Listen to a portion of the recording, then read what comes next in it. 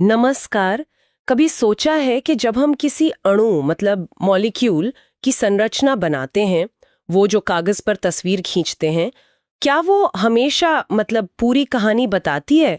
कई बार ऐसा होता है कि अणु इतना जटिल होता है कि उसे एक अकेली तस्वीर में समेटना नामुमकिन सा लगता है। तो क्या होता है जब एक ही अणु को दिखाने के कई आप कह सकते हैं जायज तरीके हों? आज हम रसायन विज्ञान यानी केमिस्ट्री की दुनिया में इसी पहेली को सुलझाने निकले हैं।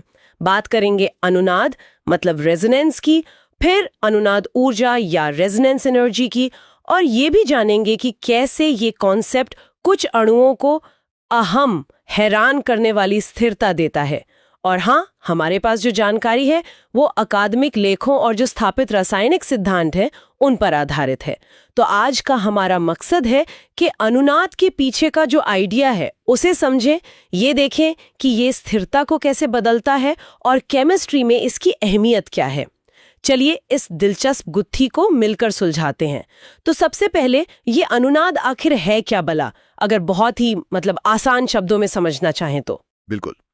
देखिए, अनुनाद की स्थिति तब पैदा होती है जब किसी अणु या आयन के लिए हम एक से ज्यादा, लेकिन ध्यान रहे सभी सही लेविस संरचनाएं बना सकते हों। ऐसा नहीं है कि अणु पल पल में रूप बदल रहा है, नहीं, बल्कि सच्चाई ये है कि कोई भी एक अकेली संरचना उसकी असलियत को, उसकी पूरी सच्चाई को बयान नहीं कर पाती। और क्या ये किसी खास तरह के अणुओं में ज्यादा देखने को मिलता है? कोई पैटर्न है? हाँ बिल्कुल, ये खासतौर पर उन अणुओं में आम है जहां एकांतर क्रम में मतलब ऑल्टरनेटिंग दोहरे और एकल बंध हो, double bond, single bond, double bond, जिसे रसायनज्ञ क्या कहते हैं, संयुग्मित प्रणाली या कॉन्जुगेटेड सिस्टम कहते हैं। या फिर ये तब भी हो सकता है जब किसी मल्टीपल बॉन्ड से कोई ऐसा परमाणु जुड़ा हो जिसके पास एक खाली या आधा भरा पी ऑर्बिटल हो। ऐसी स्थितियों में इलेक्ट्रॉनों के घूमने फिरने की एक गुंजाइश बन जाती है। अच्छा, तो ये जो अलग अलग संरचनाएं हैं मतलब जो हम बना पा रहे हैं, हाँ इन्हें कुछ खास नाम दिया गया है क्या? जी, इन्हें कैनोनिकल रूप कहते हैं या अनुनादी संरचनाएं, रेजोनेटिंग स्ट्रक्चर्स। कभी कभी इन्हें योगदान देने वाली संरचनाएं मतलब कॉन्ट्रीब्यूटिंग स्ट्रक्चर्स भी कहा जाता है।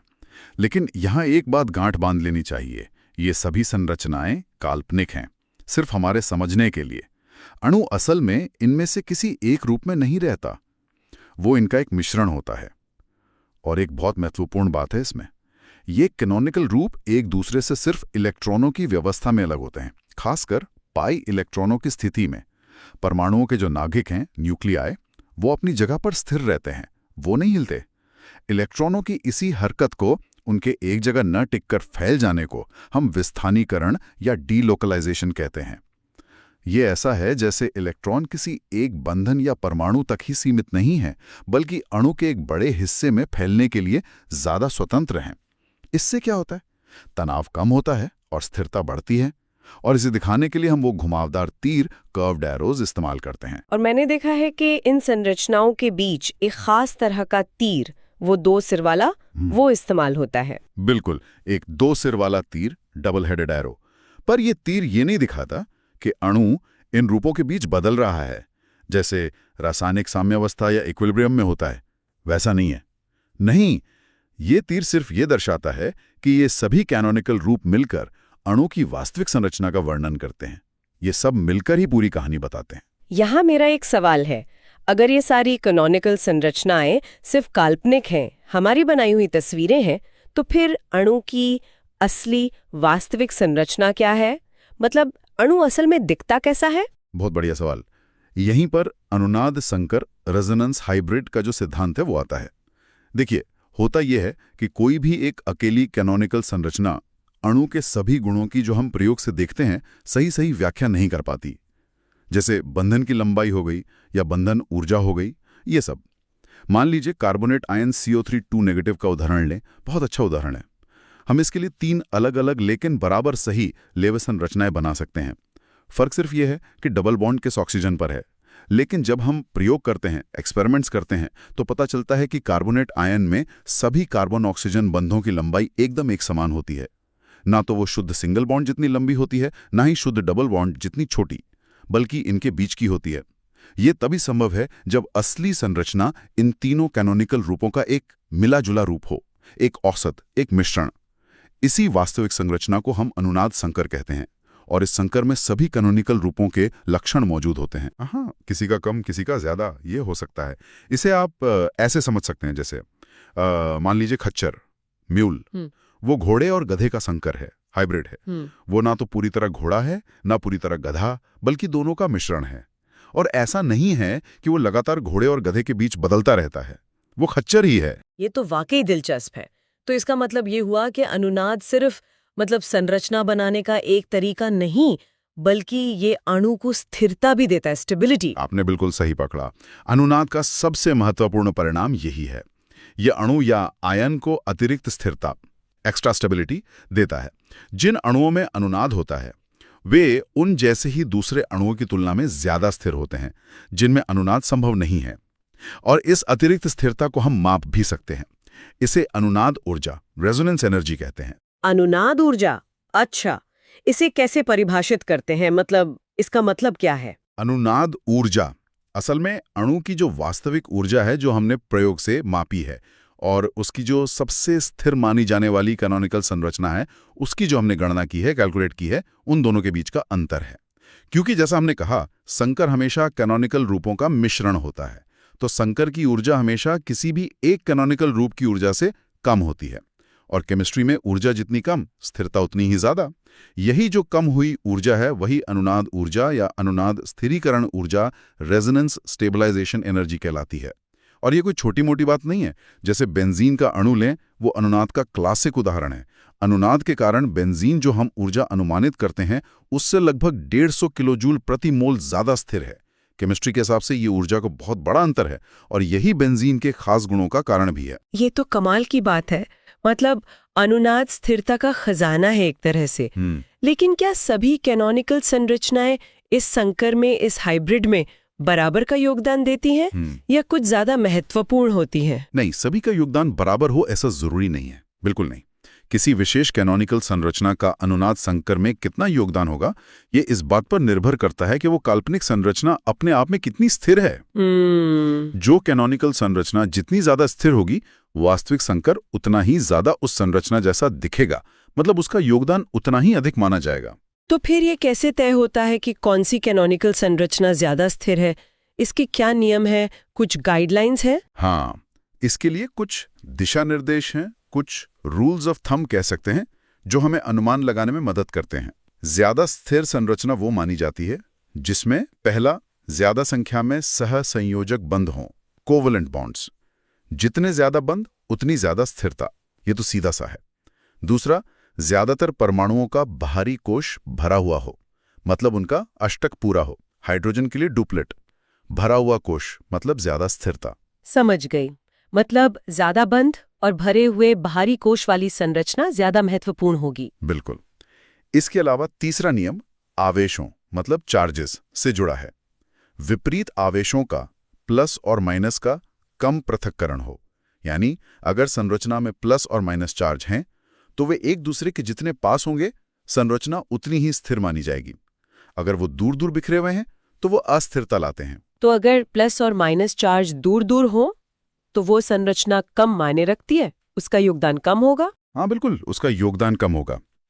चौथा नियम आवेश के स्थान से संबंधित है कि चार्ज है कहां पर। यदि संरचना में ऋणात्मक आवेश, नेगेटिव चार्ज है, तो वो अधिक विद्युत ऋणात्मक, इलेक्ट्रोनेगेटिव परमाणु पर होना ज्यादा बेहतर है। जैसे ऑक्सीजन ज्यादा इलेक्ट्रोनेगेटिव है कार्बन से, तो ऑक्सीजन पर नेगेटिव चार्ज ज्यादा स्थिर माना जाएगा कार्बन पर नेगेटिव चार्ज की तुलना में। और यदि धनात्मक आवेश, पॉजिटिव चार्ज है, तो वो कम विद्युत ऋणात्मक या ज्यादा विद्युत धनात्मक इलेक्ट्रोपॉजिटिव परमाणु पर होना बेहतर है। मूल रूप से परमाणु अपनी प्रकृति के अनुसार आवेश रखना पसंद करते हैं। यानी ऑक्सीजन पे नेगेटिव चार्ज कार्बन पे नेगेटिव चार्ज से बेहतर माना जाएगा। ठीक है, सही कहा। और पांचवा नियम है आवेश का फैलाव या डिस्पर्जल। आवेश का अधिक फैलाव, ग्रेटर डिस्पर्जल, स्थिरता को बढ़ाता है। अगर चार्ज किसी एक ही परमाणु पर जमा होने के बजाय कई परमाणुओं पर बटा हुआ है, डीलोकलाइज्ड है, तो वो संरचना ज्यादा स्थिर होती है। और हां, एक विशेष स्थिति है जिसका जिक्र करना जरूरी है। जब किसी अणु या आयन की सभी संभावित अनुनादी संरचनाएं एक दूसरे के बिल्कुल समान, मतलब इक्विवेलेंट हो, जैसे कार्बोक्सिलेट आयन RCOO- या हमारे पुराने उदाहरण कार्बोनेट आयन CO3 2- में होता है। ऐसी स्थिति में अनुनाद से मिलने वाला स्थिरीकरण प्रभाव सबसे ज्यादा होता है, मैक्सिमम स्टेबलाइजेशन, क्योंकि तब सभी रूप बराबर योगदान देते हैं और जो संकर बनता है वो बहुत सममित, सिमेट्रिकल होता है। ये सब बहुत स्पष्ट हो गया। अनुनाद स्थिरता लाता है और कुछ संरचनाएं दूसरों से ज्यादा महत्वपूर्ण होती हैं। लेकिन क्या अनुनाद अणु के भीतर इलेक्ट्रॉनों के वितरण पर, यानी उसकी ध्रुवीयता, पोलैरिटी पर भी असर डालता है? हाँ, निश्चित रूप से।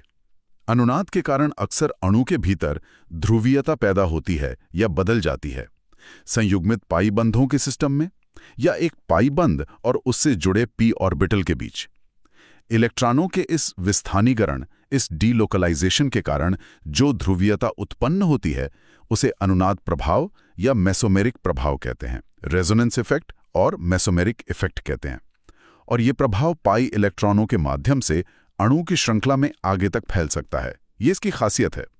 ये प्रभाव मुख्यतः दो प्रकार का होता है।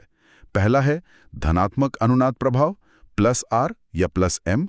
यह तब होता है जब अणु से जुड़ा कोई समूह, कोई सब्स्टिट्यूएंट ग्रुप अपने एकाकी इलेक्ट्रॉन युग्म मतलब लोन पेयर को संयुग्मित प्रणाली में दान करता है, डोनेट करता है। यह समूह सिस्टम में इलेक्ट्रॉन घनत्व, इलेक्ट्रॉन डेंसिटी बढ़ाता है। उदाहरण के लिए -OH हाइड्रोक्सिल या -NH2 अमीनो समूह, इनके ऑक्सीजन या नाइट्रोजन पर लोन पेयर होते हैं। वे बेंजीन रिंग जैसे सिस्टम में इलेक्ट्रॉन भेजते हैं, जिससे रिंग की कुछ खास स्थितियों, ऑर्थो और पैरा पोजिशंस पर इलेक्ट्रॉन घनत्व बढ़ जाता है। दूसरा है ऋणात्मक अनुनाद प्रभाव, -R या -M। ये तब होता है जब जुड़ा हुआ समूह संयुग्मित प्रणाली से इलेक्ट्रॉनों को अपनी ओर खींचता है, विड्रॉ करता है। अक्सर अपने में मौजूद दोहरे या तहरे बंध के कारण ऐसा होता है। यह समूह सिस्टम से इलेक्ट्रॉन घनत्व कम करता है और कुछ स्थितियों पर धनात्मक ध्रुवीयता, पॉजिटिव पोलैरिटी विकसित करता है। उदाहरण के लिए -NO2 नाइट्रो या -COOH कार्बोक्सिलिक एसिड समूह, ये बेंजीन रिंग से इलेक्ट्रॉन खींचते हैं। अच्छा, तो ये +R और -R प्रभाव एक तरह से इलेक्ट्रॉनों को धकेलने या खींचने जैसा है, लेकिन पाई सिस्टम के जरिए। पर मेरा एक सवाल है, ये प्रेरणिक प्रभाव मतलब इंडक्टिव इफेक्ट से कैसे अलग है? वो भी तो इलेक्ट्रॉनों को सिग्मा बंधों के जरिए खींचने या धकेलने से जुड़ा है ना? ये बहुत अच्छा सवाल है और अक्सर इसमें कंफ्यूजन होता है। दोनों प्रभाव इलेक्ट्रॉनों के विस्थापन से संबंधित हैं, लेकिन उनके काम करने का तरीका अलग है। प्रेरणिक प्रभाव, इंडक्टिव इफेक्ट, सिग्मा बंधों के माध्यम से काम करता है और ये मुख्य रूप से परमाणुओं के विद्युत ऋणात्मकता, इलेक्ट्रोनेगेटिविटी के अंतर पर आधारित होता है। इसका असर दूरी के साथ तेजी से कम होता जाता है सिग्मा बॉन्ड्स के थ्रू। दूसरी ओर अनुनाद या मेसोमेरिक प्रभाव पाई बंधों या p ऑर्बिटल्स के माध्यम से काम करता है। यह संयुग्मित प्रणालियों में होता है। यह प्रभाव अक्सर ज्यादा शक्तिशाली होता है और अणु में ज्यादा दूर तक फैल सकता है। और हाँ, कई बार ये दोनों प्रभाव एक ही अणु में एक साथ काम कर रहे होते हैं, कभी एक ही दिशा में, कभी विपरीत दिशा में। उनका नेट रिजल्ट देखना होता है। समझ गई। तो अनुनाद प्रभाव का अणु के व्यवहार पर क्या असर पड़ता है? फाइनली इसका बहुत गहरा असर पड़ता है। ये +R और -R प्रभाव ये तय करने में मदद करते हैं कि अणु के किस हिस्से पर इलेक्ट्रॉन ज्यादा हैं, वो न्यूक्लियोफिलिक केंद्र बन जाता है, और किस हिस्से पर इलेक्ट्रॉन कम हैं, वो इलेक्ट्रोफिलिक केंद्र बन जाता है। इससे यह अनुमान लगाना आसान हो जाता है कि कोई बाहरी रसायन, कोई रिएजेंट अणु पर कहाँ हमला करेगा, यानी अणु की प्रतिक्रियाशीलता और अभिक्रिया का मार्ग क्या होगा, ये समझने में मदद मिलती है। इसके अलावा ये अणु की अम्लता, एसिडिटी और क्षारीयता, बेसिसिटी को भी बहुत प्रभावित करता है। जैसे फिनॉल अल्कोहल से ज्यादा एसिडिक होता है। क्यों? क्योंकि फिनॉल से प्रोटॉन निकलने के बाद जो फिनॉक्साइड आयन बनता है वो अनुनाद द्वारा बहुत स्थिर हो जाता है। तो संक्षेप में कहूं, आज हमने देखा कि अनुनाद एक ऐसी स्थिति है जहां किसी अणु को एक अकेली लेविस संरचना से नहीं दर्शाया जा सकता। ठीक। उसकी वास्तविक संरचना कई काल्पनिक संरचनाओं यानी कैनोनिकल रूपों का एक मिश्रण या औसत होती है, जिसे हम अनुनाद संकर कहते हैं। बिल्कुल।